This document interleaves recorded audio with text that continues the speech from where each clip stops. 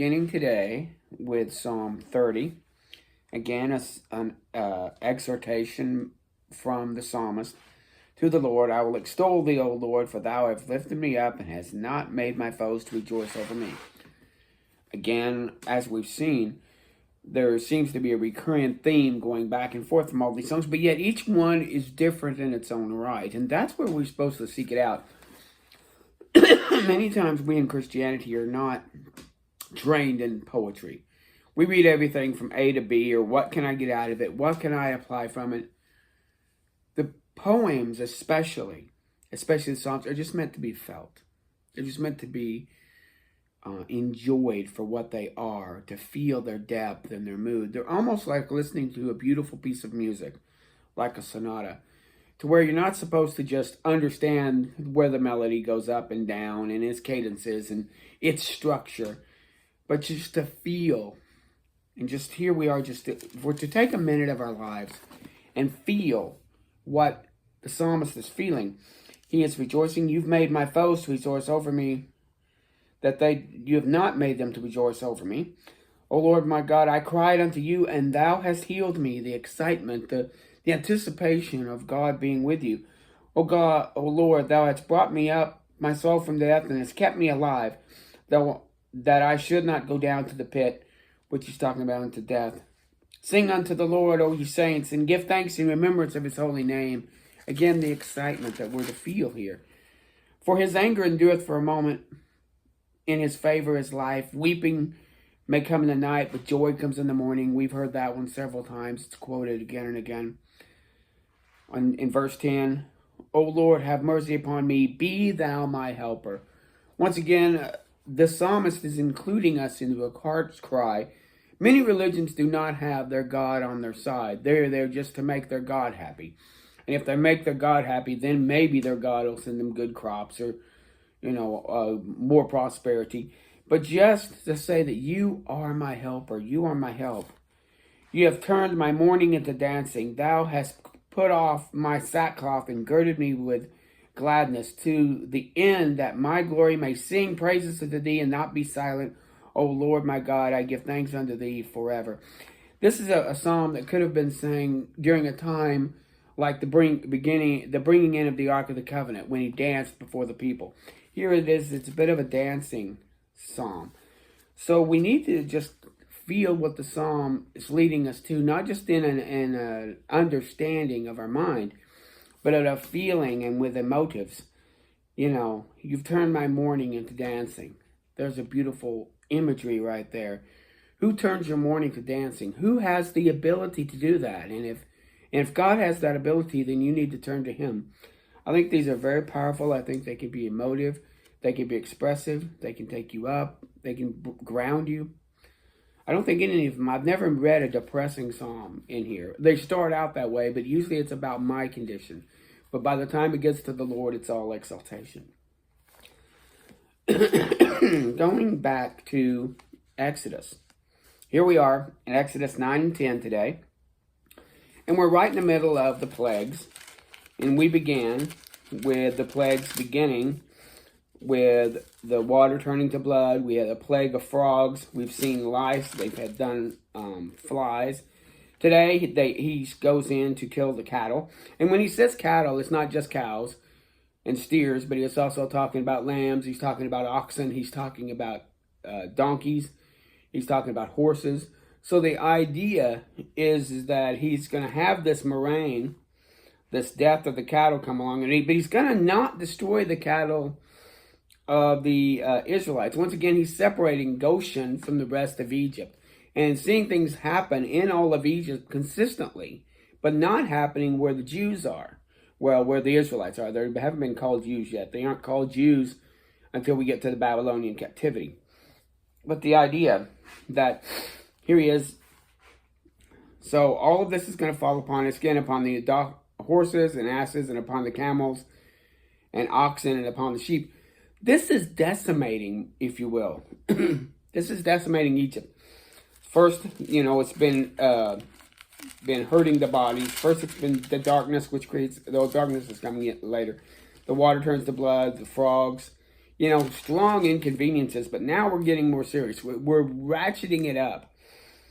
And now we're going to the destroying of economics, the destroying of your ability to grow and maintain crops, which later on, unfortunately, a plague of hail will come and destroy your crops. And remember, this was all happening in Egypt at the time of harvest. You're going to need your slaves. You're going to need your oxen. You're going to need your mules. You're going to need all these things, and yet they're being wiped out because of the hardness of heart. And each time the Pharaoh says, behold, there is none of the cattle of the Israelites are dead, and the heart of Pharaoh was hardened. And the Lord did this thing on the morrow, and all the cattle of Egypt died. Then the Lord spoke, and they would have boils, and these boils would go on man and on beast, the beast that survived. And they took the ashes of the furnace, and Moses sprinkled it towards heaven, and boils broke out on man and beast, and the magicians couldn't stand before Moses because of the boils. And this is extremely painful, blisters all over their body. And the Lord hardened the heart of Pharaoh, and he hearkened not unto them. Once again, we're seeing hardening going back and forth. God is going to show himself, like he says in 10:1, when I get to it in a moment. The Lord says to Moses, for I have hardened his heart and the heart of his servants, that I might show these my signs before him, that thou mayest tell in the ears of thy sons and thy sons' sons, and down through the generations to today, what things I have wrought in Egypt, and the signs which I have done unto them, that they may know that I am the Lord. The goal of these plagues is to show that the Lord is God. And many of times, here we are 3,000 years later from this, and we're still struggling with who is the Lord, who is God, who is controller. He's trying to make this statement once, very dramatically, emphatically, with his hands in the process, so that we might see once and for all. And are we learning the lesson as a planet? Are we learning the lesson as a people? The next plague he sends is with fire and hail. He sends hailstones and fire that's falling down on the crops. He tells the Israelites and everyone to bring what little cattle they have. You get the idea that not all the cattle died, but many of them died, and that was on the field and upon the horses. You get the idea that he didn't wipe out every cow, every horse, but he wiped out those that were out in the field. He wiped out those that couldn't be brought in. He wiped out those. So here he is. He's telling them that I will stretch my hand forth, and I will smite thee and thy people with pestilence, and they shall be cut off. I will show my power. Behold, tomorrow I will send a rain of grievous hail that has not been in Egypt since the foundation, even to now. And this hail is a mixture of hail and fire. And the Lord told Moses, stretch forth your hand to heaven, and I'll send hail upon the land, Egypt, and upon man, upon beast, and herb of the field. And he stretched forth, and the Lord thundered, hail and fire ran from the ground, and the Lord rained hail upon the land. You get the idea of these are like forms of meteorites coming in, hitting the ground, going along, killing what it can, destroying all the greens, destroying it. You find out that this hail destroys the wheat. I mean, it destroys the barley, but it didn't destroy the wheat. It says over here that the flax and the barley were smitten, but the barley was the ear, and the flax was boiled. But the wheat and the rye were not smitten, for they hadn't grown up. So again, you're at a specific time in the harvest to where it was time to do the flax and the barley, but it wasn't time to do the wheat and the rye. And Moses went out of the city and spread upon his hands, and the thunders and hail ceased, and the rain was not produced. So he stops this. It's interesting. It just didn't stop on its own. These things didn't start or stop on their own. They started and stopped at the bequest of Moses from Yahweh.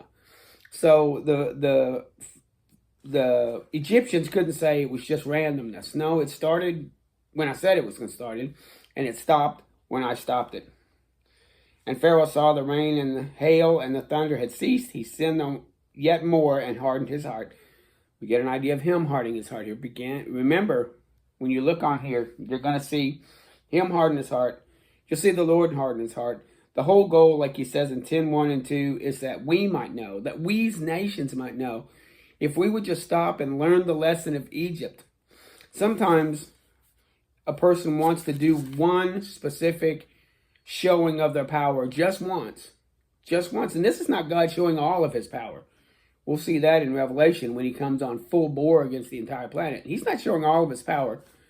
He's flexing some muscle just to show, once and for all, I'm going to set up this to show you who I am and that I'm worthy of your praise and honor. That through strength. Remember that Egypt and Canaan and many of these lands were worshiping false gods. They were sacrificing the false gods. They all had all kinds of horrible practices for these gods. And God has always wanted to release man from the bondage of foreign false gods and into the light of where they're supposed to be under him. In verse 10, he begins with this preface of telling why all of this has happened. And Moses and Aaron go up to the Pharaoh again. How long will you refuse to humble yourself? There's one that we Christians should understand. How long before we humble ourselves before God? How long before men humble themselves? So the Pharaoh and the servants, even the servants are saying, how long will this man be a snare to us? Let these people go. And Moses was saying that we're going to take everyone, our young and our old, and our flocks and our herds. We will go and we will hold a feast unto the Lord. Let the people go. Let the Lord be with you. As I let you go, your little ones, look to it, for evil is before you.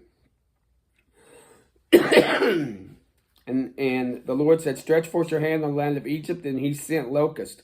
Again, locusts would go out and eat what the hail hadn't destroyed. And it's interesting how he ratchets it up. First we have the really strong inconvenience of doing without water. Then we have the strong inconvenience of having lice and flies. Then he ups the game to the destruction of the cattle. And then he ups the game to boils of actually it happening on their bodies. Then he brings to fire. I got ahead of myself. First he kills the cattle. Then he brings in the boils. Now he brings it up to fire. He's destroying the flax. They're not going to repent, so he's upping it in more. And you'll see he'll ratchet this up till he gets to the death of the firstborn. Then it's done. When we look at God, he stopped at the death of the firstborn, and his firstborn is Christ. And that's the symbolism here. But we see him taking this up. He ratchets it up to the locust, and locusts come in and destroy whatever green was left over. But the Lord hardened Pharaoh's hearts, and he wouldn't let the children of Israel go. Next one was darkness. And the darkness that came in was not just turning off the lights, but it was like being in a dark cave. It was like you couldn't find the light. You couldn't light light. I don't understand, but I'm getting the idea here that they couldn't even make light, that for 3 days they were just in utter darkness. If you've ever been in a cave, or if you've ever been outside and all of a sudden the lights go out, or in a room and it's completely like it's a sealed room and you're completely dark, the fear, the terror, the foreboding, the word just pulls in on you.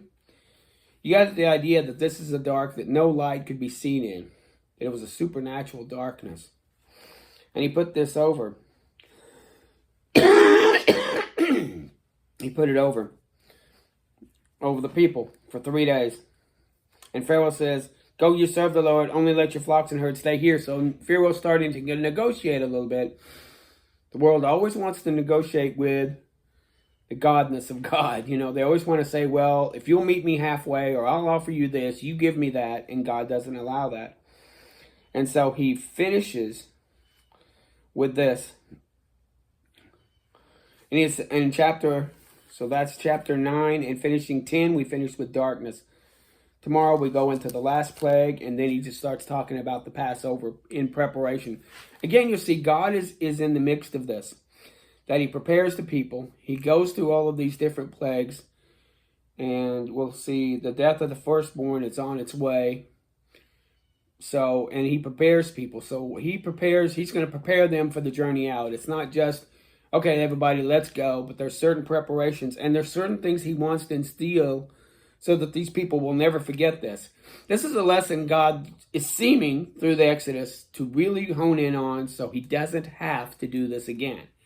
So we get the idea that this is a big one, that I'd rather not do this again. Just like the flood. I don't want to flood the world again. So I'm going to give you a rainbow. I don't want to do another group of plagues together in conjunction to show you my might. Because if you'd spread these over months and years and stuff, like maybe had been happening, people don't see that it's God. It's just randomness. Or it's about, it's not God trying to get their attention. Here we have history to where we can go and see what God has done here. So we finish with darkness, and then comes the death of the firstborn, and then comes Exodus, and then comes, of course, the Red Sea, then comes the law. So you can almost see a progression. Christianity has the same thing. We begin in darkness, then comes the death of the firstborn. Then it's leaving Exodus, the place of sin in our lives, going through the Red Sea, which is his blood symbolized by baptism. Then, of course, the wilderness journey of learning what is Christianity, how do we live our lives here, and, of course, the city of God, which is to come, which is heaven, which is being with Christ. So you see these things lining up, and we can see the parallels in our life. So tomorrow, the last plague, death of the firstborn, then we're going to discuss in depth the Passover and the feast. And then it's away we go. Bye.